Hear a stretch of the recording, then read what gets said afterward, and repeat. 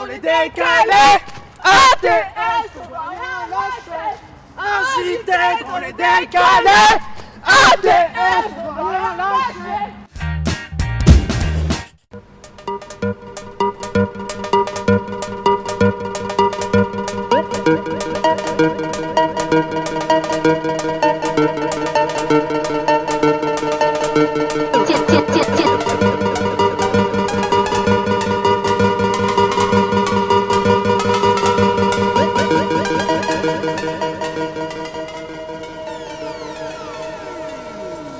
Réunir les amateurs de musique électronique, de la deep house au hardcore lors d'une seule soirée, c'est l'un des objectifs que se sont fixés les organisateurs du marathon électronique.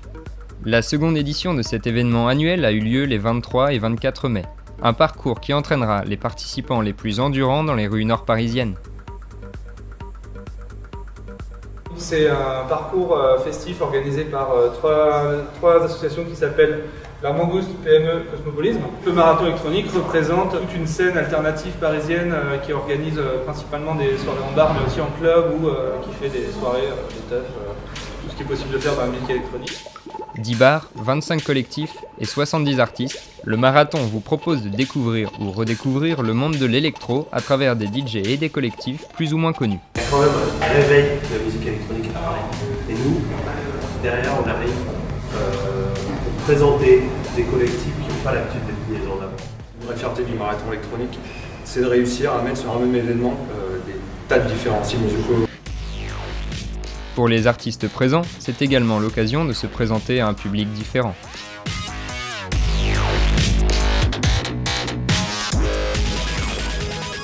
C'est une soirée, une grosse soirée, une longue soirée.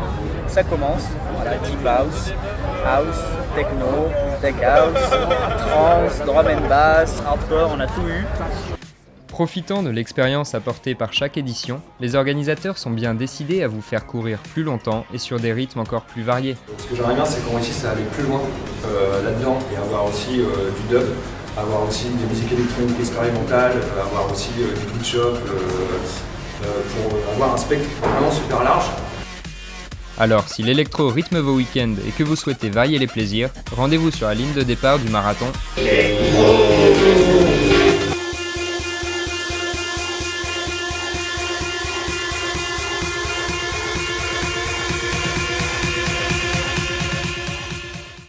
Et voilà Laetitia, c'est la fin de ce JT. Ça a été un grand plaisir pour nous parce que c'est une vraie expérience à partager entre l'équipe de Télé Sorbonne mais aussi avec vous chers téléspectateurs. Qu'est-ce que tu en as pensé Laetitia ? Eh bien tout à fait Guillaume, oui une expérience très riche et tout ça pour vous dire à la semaine prochaine. Merci. Bye bye.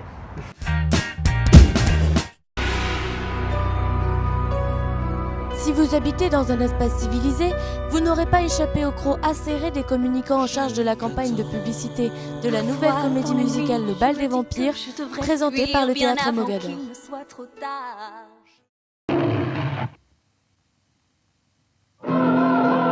Le spectacle est une adaptation du film cultissime du même nom et le metteur en scène n'est autre que Roman Polanski. Il est rare dans le monde de la comédie musicale que la tête d'affiche soit le metteur en scène. Ici, le nom du célèbre réalisateur polonais, c'est... comment dire... l'appât pour faire venir le public. Oui, c'est ça. Ça prête pour le festin. Si le film est resté dans les mémoires, c'est justement parce qu'il est une parodie des films dits d'épouvante en vogue à l'époque. Alors que le film était en rupture avec une tendance, la comédie musicale ne fait que profiter d'un sillon très lucratif auprès d'un public prépubère. Autrement dit, il compte récupérer un peu du public hystérique mais fidèle des Twilight, True Blood et autres journaux d'un vampire.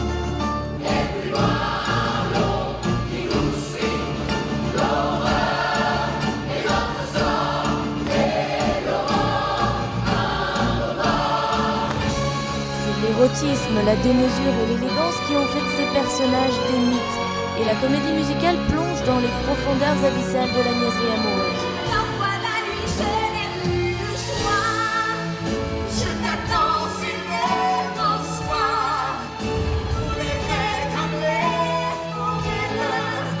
On écrira notre histoire. À l'encre Télé-Sorbonne pose la question. Où est Polanski là-dedans ?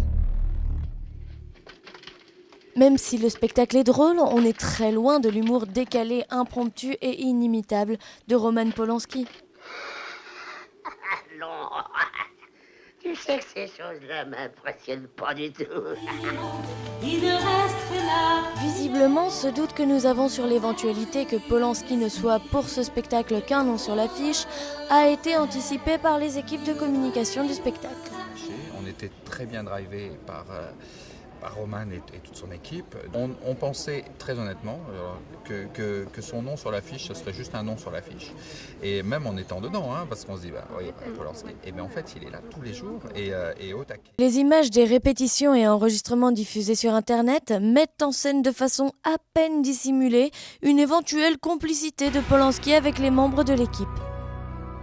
Allez, un petit coucou et un clin d'œil, voilà, impeccable.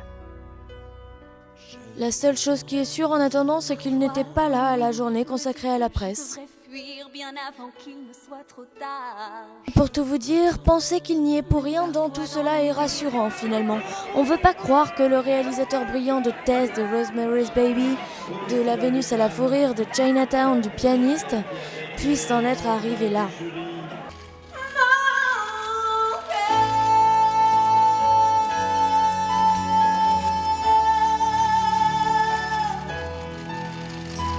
Pocałuj mnie w dupę.